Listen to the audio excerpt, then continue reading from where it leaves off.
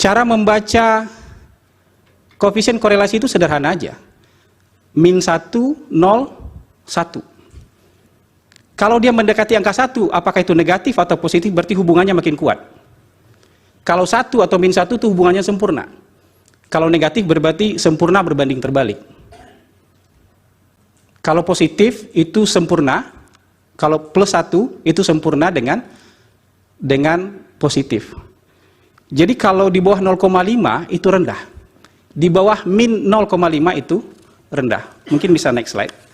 Kalau kita rinci ya dengan detail, kira-kira cara membacanya seperti ini.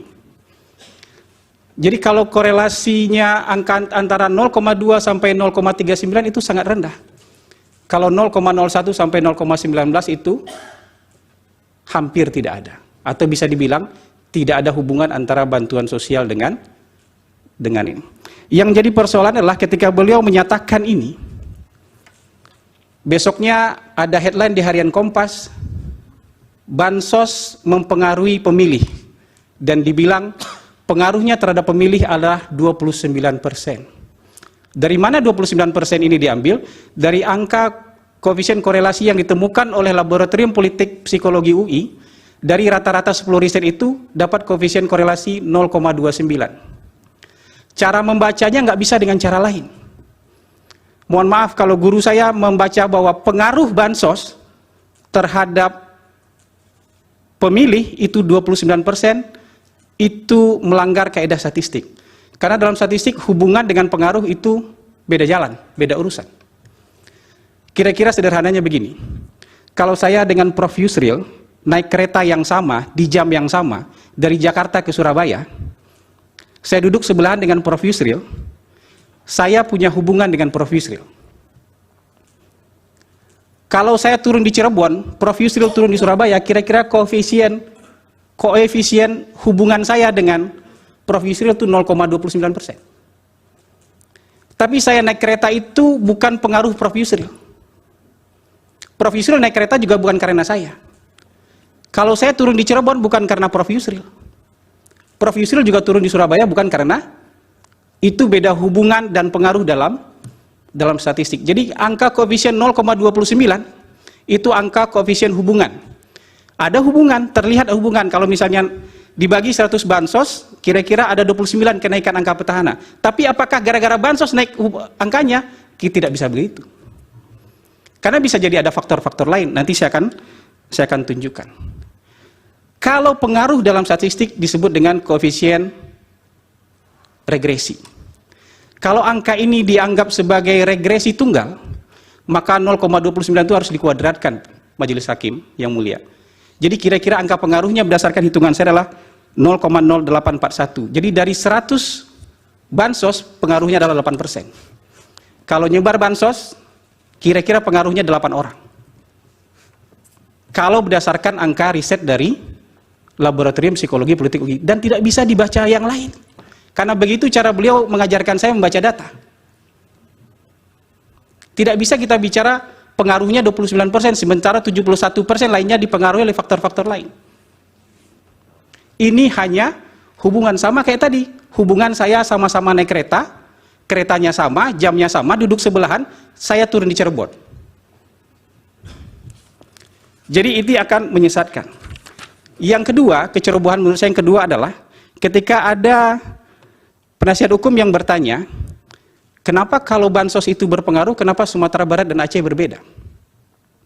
Lalu jawabannya adalah, ya mungkin karena Sumatera Barat dan Aceh karena lebih tertarik pada figur tokoh, bukan karena figur bansos. Ini pasti tanpa data, tapi berdasarkan profesional judgment. Oke lah kita terima profesional judgment, tapi profesional judgment juga harus adil dan fair. Kalau Sumatera Barat dan Aceh dianggap tidak memilih pasangan 02 atau memenangkan pasangan nomor 1 misalnya karena ketertarikan dengan tokoh, bisa juga 36 provinsi yang lain juga sama. Mereka memilih karena ketertarikan terhadap tokoh, cuman tokoh yang dipilih beda. Karena kalau kesimpulannya, profesional judgment-nya adalah Sumatera Barat dan Aceh memilih karena ketertarikan terhadap tokoh, lalu 36 provinsi lainnya memilih karena bansos, itu menghina rakyat di 36 provinsi lainnya. Itu kecerobohan kedua menurut saya. Saya sebagai pollster, berdasarkan pengalaman praktis saya, mungkin next slide. Next slide. Tidak pernah menguji antara bansos dengan keterpilihan petahana. Karena menurut pengalaman kami, selama 18 tahun memang tidak ada hubungannya. Karena kalau ada hubungannya, Pak Jokowi tidak bisa mengalahkan Foke. Kalau ada hubungannya, Pak Ganjar nggak bisa ngalahin Bibit. Kalau itu ada hubungannya, ya Ibu Khofifah nggak bisa ngalahin Saifullah Yusuf. Ada banyak sekali kejadian di level provinsi maupun kabupaten kota yang setiap pilkada bansosnya juga naiknya signifikan, tapi petahananya bisa dikalahkan. Petahana biasanya menang bukan karena bansos, tapi karena calon lawannya dianggap tidak lebih baik. Sesederhana itu aja. Kalau calon lawannya dianggap lebih baik, mau kasih bansos berapapun, petahana akan kalah. Kalau ada hubungan antara bansos dengan keterpilihan, Anies tidak bisa menang lawan Ahok. Jadi begitu. Untuk memperkuat argumentasi ini, saya ingin menggunakan hasil riset yang kedua. Hasil riset yang saya gunakan adalah hasil riset Kompas. Exit poll Kompas tanggal 14 Februari tahun 2014. Jadi sangat baru. Tahun 2024, mohon maaf yang mulia. Kita mengambil hasil Kompas ini karena dua pertimbangan. Karena pertama, Kompas dianggap independen. Mereka melakukan riset dengan sumber daya milik sendiri. Yang kedua, pemberitaan Kompas terhadap kami, terhadap pasangan 02, ya, terhadap pasangan 02 itu cenderung sangat kritis. Saya TKN. Cenderung sangat kritis. Jadi kita pakai data dari kelompok yang kritis terhadap pasangan 02.